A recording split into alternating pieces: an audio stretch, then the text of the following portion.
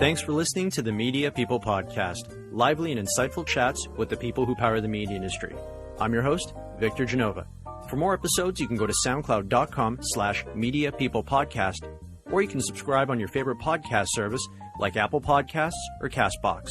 Views expressed by participants are personal. Today we get a peek into the life of an executive at a global media agency. Scott Stewart, Managing Director, Head of Strategy for Maxus Canada, stops by to chat. Scott's path into the media world didn't start directly out of school. After taking some time to be a self-proclaimed snowboard bum in Kelowna, British Columbia, Scott landed his first media gig at the legendary Canadian advertising firm, Vickers Benson. From there, he rose through the industry ranks, assuming senior roles at agencies such as Vizuem, Carat, and UM. So what's Scott's secret to success? More than anything else, he credits having great mentors. Currently, you're the Managing Director, Head of Strategy for Maxus Canada. For our listeners who might be unfamiliar, what is Maxus Canada and what does your role entail? Maxus Canada was the fourth media agency brand to join WPP's Group M. My role here is essentially, in the simplest definition, is to lead our strategy product across our enterprise. I spend a great deal of my time helping, essentially solve our clients' business problems. I'm always looking for the key consumer insight, which that key nugget, which will be essential in really driving strategy and creating distinct competitive advantage for our clients in today's marketplace. And even though you're based in Toronto right now, that's not where you're from. You're from Montreal. I am from Montreal. I moved to Toronto when I was quite young, but remained and still am a diehard Habs fan. So. I love when I'm asking anyone from outside of Toronto where they're from. And usually if they mention they're from Ottawa or if they're from Montreal, the first thing they have to do is put their foot down and go, I have to declare that I am not a Leafs fan whatsoever. Well, I also declare it when you walk into my house because the first thing you see is my chair from the Montreal Forum in my hallway. So it's interesting though, because you are a big a big Habs fan. I know you're giving me that look, but you credit Bobby Clarke as being your hero growing up, and he played for the Philadelphia Flyers. 100%. Yeah, no, it's one of those things. I mean, even like when I was born, the first thing my dad bought me when he found out he was having a boy was a Guy Lafleur jersey. But my idol growing up, playing hockey and just in life was Bobby Clarke. I wore number 16 in every sport I played out of tribute to him, and just learned a lot from him about the kind of player I wanted to be. It's kind of funny that you mentioned the sweater. Do you remember that one children's book that we all read growing up called The Sweater? The young Habs fan gets a Leafs jersey. I do. So your father is like, I'm going to get him a Guy Lafleur jersey. And you're like, no, I want a Bobby Clarke shirt. Pretty much, yeah. No, I wasn't in church like at the end of the hockey sweater where I prayed 1,000 moths would come down and eat that, which, by the way, that was the first book I ever bought my son, who turned 1 about 2 weeks ago. But yeah, no, he was just the guy, 5-0, 100-0 from Flin Flon, Manitoba. And if he didn't play hockey, he probably would have been working in the mines there. But, nobody was tougher or more relentless or, most importantly, cared more than Bobby Clarke. And I think that's what made him a winner. And I was doing a bit of background research on Bobby Clarke. Apparently, he was probably one of the first known diabetic professional hockey players. I know that from my speech about him in grade 3, actually. And I had no idea what diabetes was, but Bobby Clarke wanted it. I remember asking my parents, like, I want diabetes too. And they're like, no, you don't. No, you don't. You're small enough for that kind of thing. That's not the secret to a great slap shot. No, it's not. No, it's not. But it's a crazy story because apparently he, with his manager, had to go down to the Mayo Clinic in Minnesota and get a letter that said to scouts, no, he's diabetic, but he can play, just so they take him seriously. Yeah, when he was drafted, absolutely. And that would have been the closest hospital growing up in Manitoba. That would have been, he literally had to go down to the States and get clearance to play. So, I guess looking back and his position, not only with the Philadelphia Flyers for many years, but as their general manager and what he gave back not only to that hockey team, but the city, I guess, somebody did a great job in taking a chance on him. So, and that's true because he was a one-team player. He didn't go anywhere else. That's correct. You don't see that very often anymore, that kind of loyalty. Absolutely. So coming out of university, what was your very first gig? Well, I mean, if I had to say my first gig, it was as a professional snowboard bum.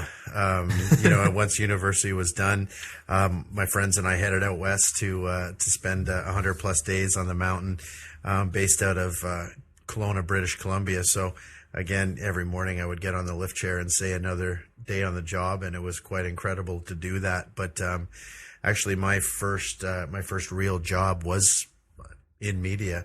I was very fortunate. I had come back, wasn't quite sure what I was going to do. A friend of mine at a company called Hunter Straker, who worked in their packaging graphic design center, had received a fax. And in '99, I think that's how people still communicated, with random fax. It was a very targeted.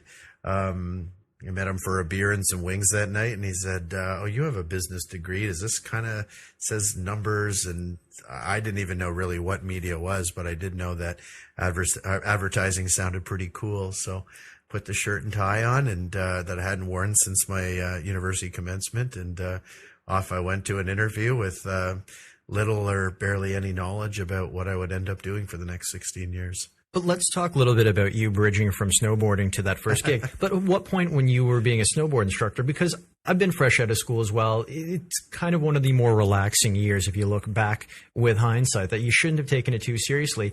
And you went out there having fun, but what kind of clicked with you that said, okay, I've got to stop this and I've got to go get a day job? You know what? It was literally, I can actually tell you the day I walked into a snowboard shop in Kelowna, British Columbia, and the guy behind the counter was wearing a hooded sweatshirt and a Burton baseball hat and was about 30 years old. And I think he didn't have to say a word. It was just, I just didn't want to be behind a counter at 30 years old wearing a hooded sweatshirt telling a bunch of teenagers back about the good old days. So it was, you know what, it was just too good to last, and anything that great will obviously eventually deteriorate. So I wanted to leave it out there on the mountains and head back to Toronto with some pretty good powder days under my belt. So.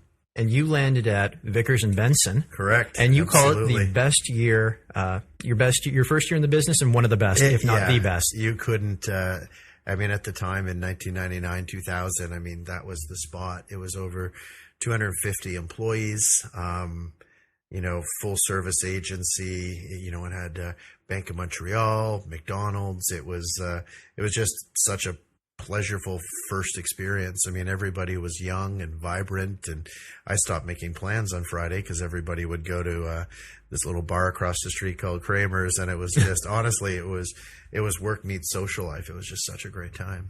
And how did you land the gig at Vizuem as the director of strategy?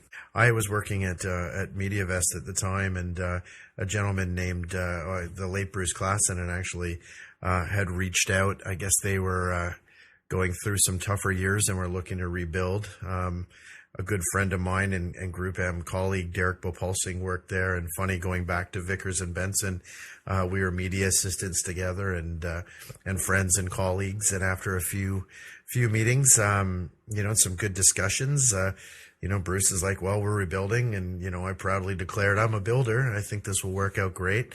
And given the fact that my good buddy Derek worked there, it was pretty much a no-brainer. So, you know, when I looked at it, it was a pretty easy decision. I got to kind of leapfrog the career a couple levels, and it turned out to be, you know, a great decision, a great career decision, because over the next 5 years I worked there, we went from Genesis Media, and then the sale to Aegis, and then watching it become Genesis, Vizuem, and ultimately Vizuem, and being really competitive in the marketplace and winning some great pieces of business and getting to work on some great pieces of business. It was just an incredible experience. Tell me a bit about Bruce Klassen, because that's a name I've heard before from other friends and colleagues of mine in the industry. He sounds like he was quite a character and kind of one of the last of the old Mad Men Club, if you will. You could say that. Yeah, definitely. I mean, Bruce was, you know, I guess, for me anyway, I'm going to speak from my personal experience, was an incredible mentor in many ways. I mean, he treated me like a son. He was a pretty straight shooter, and you never really had to guess where he was coming from, and I guess that's the nice way of putting it. But he was a real pirate, and I mean that. Pirate's a dynamic term. The most complimentary way, like, okay. You know, in terms of he saw things a lot different than a lot of people, and he did things that a lot of people in the industry weren't doing. But you know, I remember even you know, early on in my tenure of working with him, he sat me down. He said, "Look, Scott, like, we're not going to have media discussions. I hired you because I know you can do the job. You and I are going to have business conversations." And, at a really young age, learning all about P&Ls and overhead and, creative ways of making money through media. My favorite thing, just about Bruce is, and I do want to call out that I don't think the industry did enough or said enough when he passed away, because I think he was a very important person in this business. I worked for him under private ownership and then eventually under multinational ownership, but, he was always very protective of his team. And, what I appreciated from him was he really let you be you, and he really let you kind of align with your strengths in the company and really focus into those areas that interest you. Was his leadership consistent, or the way he managed, was it consistent from private ownership to being part of a big holding company? Well, I mean, yeah, when you sell, you step back, and I think that was really hard for him, right? Because, when you're stepping away from something you built yourself, it's just, I guess that was for him.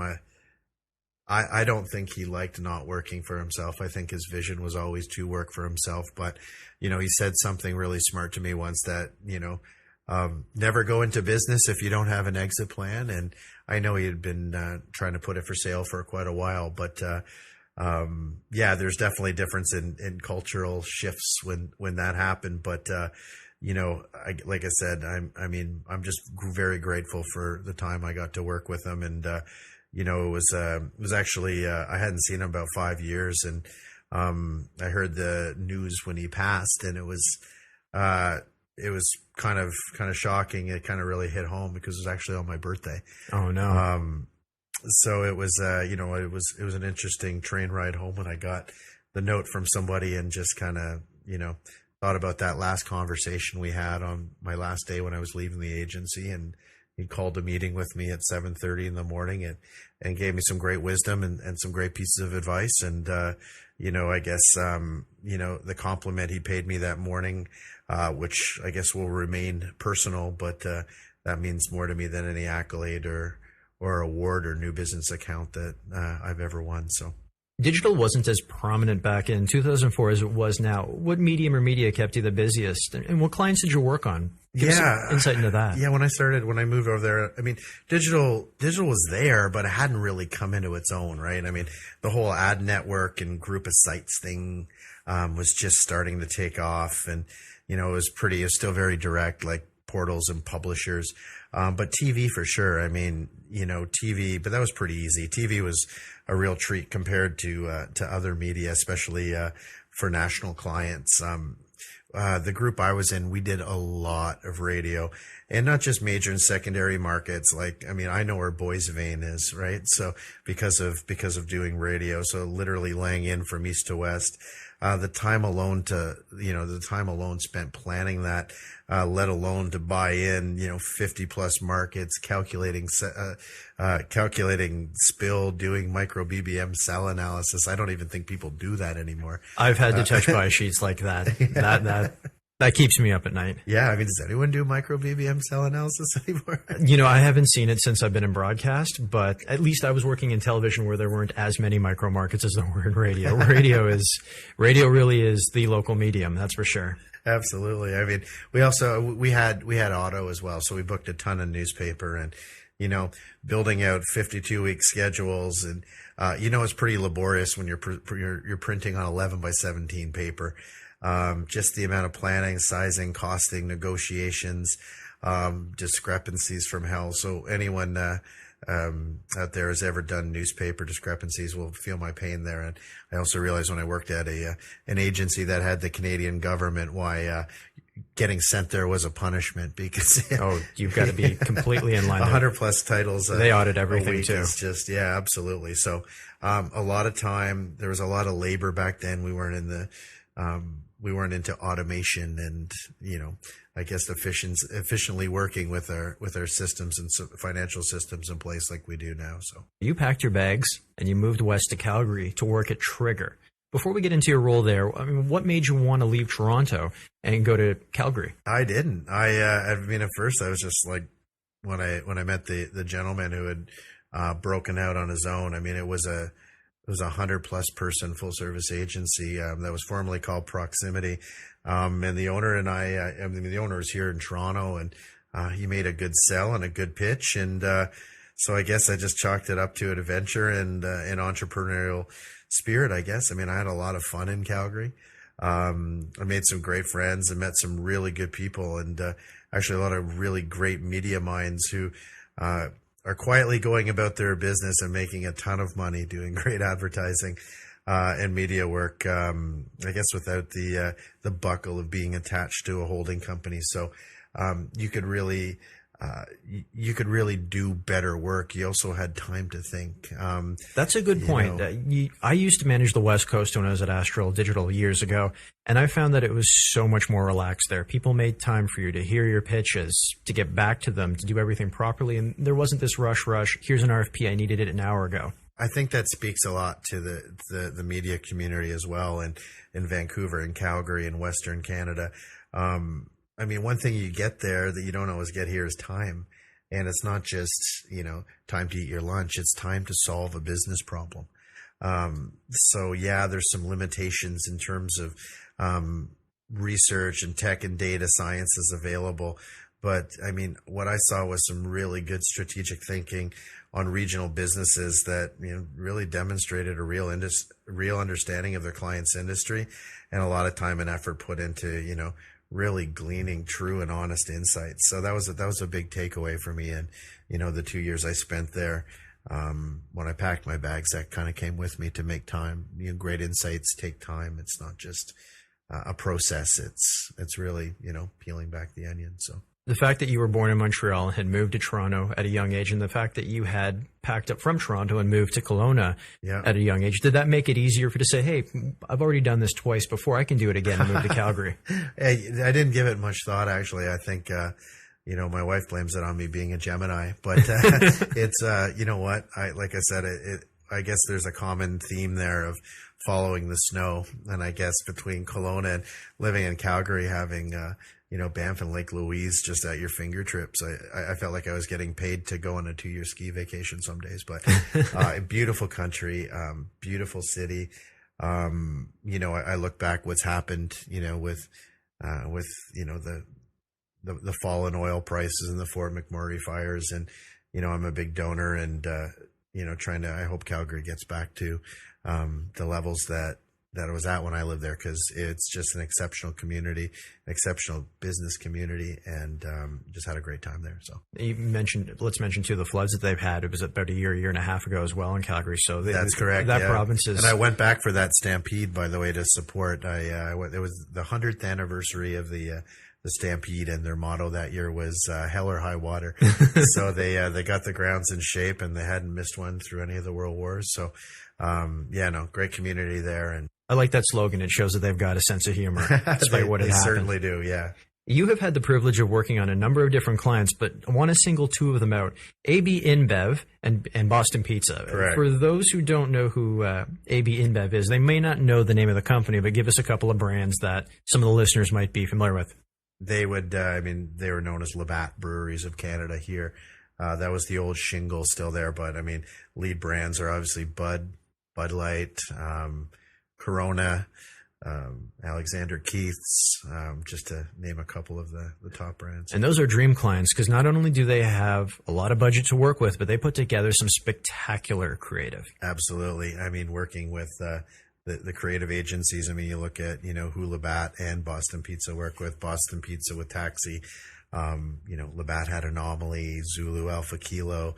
Now they're working with Union, and those guys are great. So, it was a dream job, or I guess, should I say the dream job. And I just had so much fun on that file. And how did you land at Maxus as the managing director? One thing I've noticed from your LinkedIn profile, you list all the clients you've worked on in previous gigs, but this is one job where you don't list that. I'm assuming it's because all of your clients are your clients? Or all of Maxus's clients are your clients? That's correct. I do service some specific brands. But I do work across the enterprise, which is great. I mean, you know what? There's plenty of business problems to solve, and as head of strategy, you know, it's just again, I thought Budweiser was a dream job, but being able to work at that level and in an area that, you know, I love to do. I'm just very grateful for the opportunity here and to just have such a great portfolio of clients like Bank of Montreal, NBC Universal, Nestle Canada, Maple Leaf Sports and Entertainment, just to name a few. How did you find your way to Maxus in this role? Yeah, I don't even really know how that happened. How did I land here? I didn't even really know much about Maxus. It was so new in the marketplace. It had only been operating for a couple years. And I met Ann Stewart and we kind of talked about what Maxus is, but more importantly, I guess, her vision of what she wanted it to become. And it sounded amazing. Like, basically what an agency today should look like and feel like. And, you know, it's not every day Group M opens a fourth product, and certainly not one as the only multinational born in the digital age. So, because that's right, Maxus has been around globally for a while before it made the jump into Toronto. Yeah, I think we're 5 years young now, but when it rolled out in Asia Pacific and Southeast Asia, which was great because, you know, we were getting, you know, tech at pennies on the dollar. So that really became, you know, tech and digital and data became at the forefront of everything we do. So it was really baked in the structure of the organization, and the amount of resources to pull from, as you know, as a business, from a business science perspective, was just really, really alluring. So, you know, that was a big draw, and what not necessarily what the future looked like today, although the agency is highly successful, is what can Maxus be globally within Group M and WPP. So Ann's passion basically ticked off every box as an opportunity that you would ever want as a senior operator. So it was a real pleasure when she extended the opportunity to join her executive team here. Well, you've been in the role for just over a year now. Has it changed much since you moved into it? Yeah, I mean, when I first came here, there was two managing directors, you know, I guess from a planning perspective, and we had the agency sort of split between, major clients.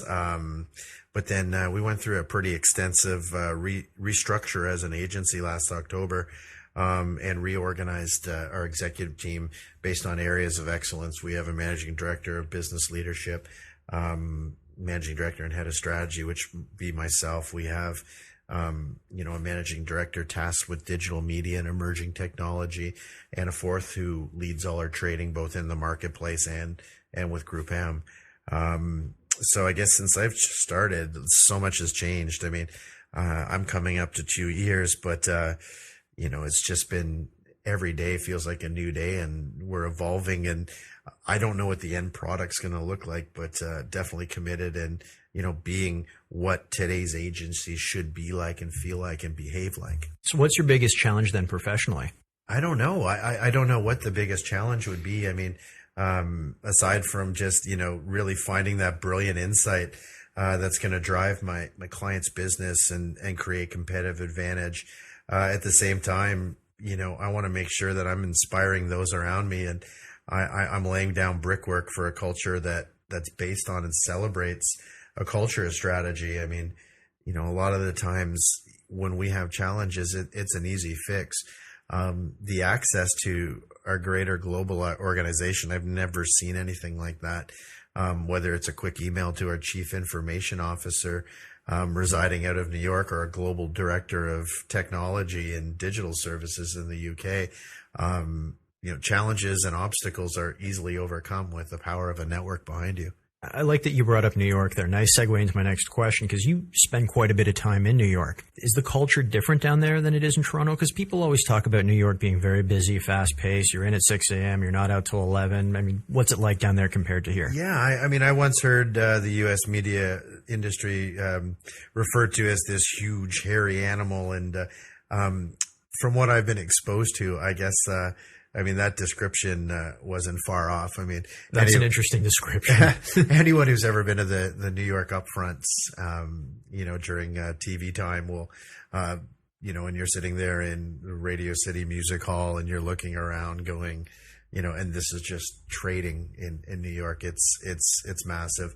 When I guess any industry of that kind of size and scale is, I guess change will be happening at a slower rate, but there's just absolutely brilliant things coming out of that market, and as there should be. And it's just, a lot of great things we do here are inspired by, our counterparts in the New York office. I mean, like I said, the one thing that, is great about Maxus is we share a global culture, and our North American CEO, Steve Williams, does an exceptional job of making sure that North America is aligned in that respect.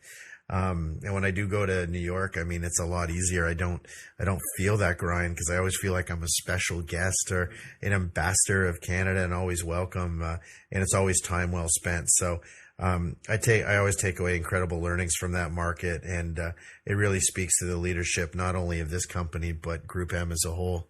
Has the agency world changed much? I mean, looking back at your first days or your first year in the agency world of Vickers and Benson versus what you're doing now, I know your role's a lot different, but how about just the culture and the way they work? Completely. I mean, it's an adapt or die world. When I started in media, I think it was really commodity focused. I always focused on the planning side of things. But a lot of the decisions you were making were rate driven, and a lot of the time, a lot of your strategy would be spent around tactics and execution.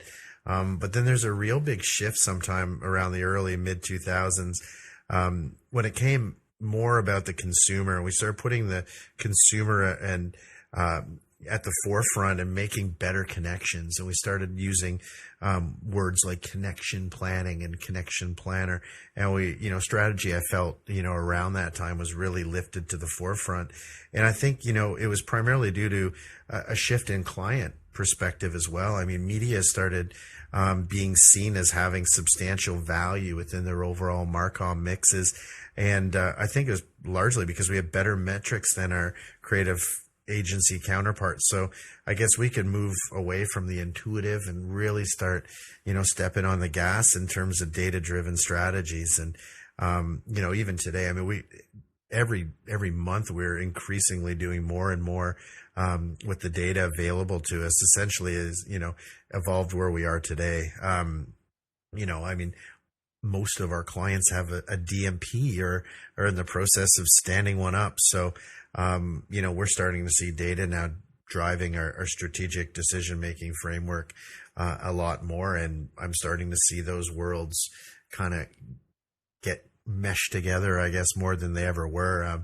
I spend half my day, with data and technology and business sciences and trying to understand how that's going to impact strategy, not just today, but in the future. So, again, it's all about, what we're gleaning off dashboards and using that to direct strategy versus, 2-year cumulative surveys, like formerly known as PMB, which was literally the only tool that you had at your access, 10 plus years ago in a planning department. So our gut instincts completely dead then? You certainly wouldn't hear me talk about going with my gut in a meeting. I mean, I think that there's a level of experience, that you develop, especially in terms of how you handle, situation-specific issues.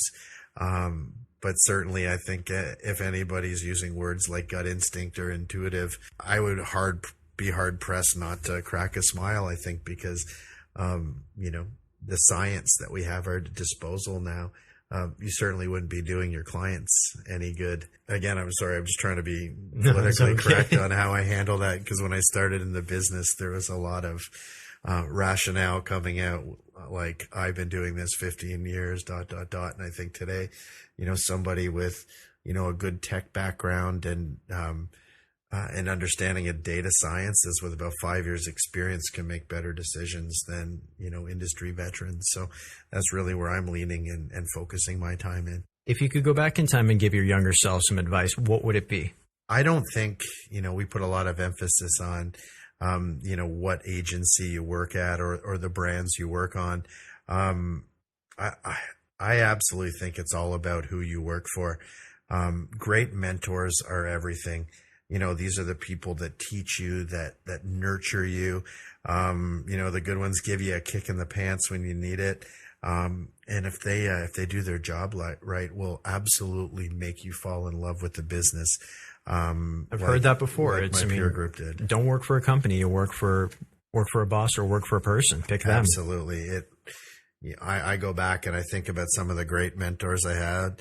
I learned just as much from the not so great ones, more like what I didn't want to become in the business. And I have a checklist of that. But the great people that you work with, they inspire you, they teach you, and they give you a sense of purpose and and a bar to measure up to. So I like I said, I've been very fortunate to have great ones.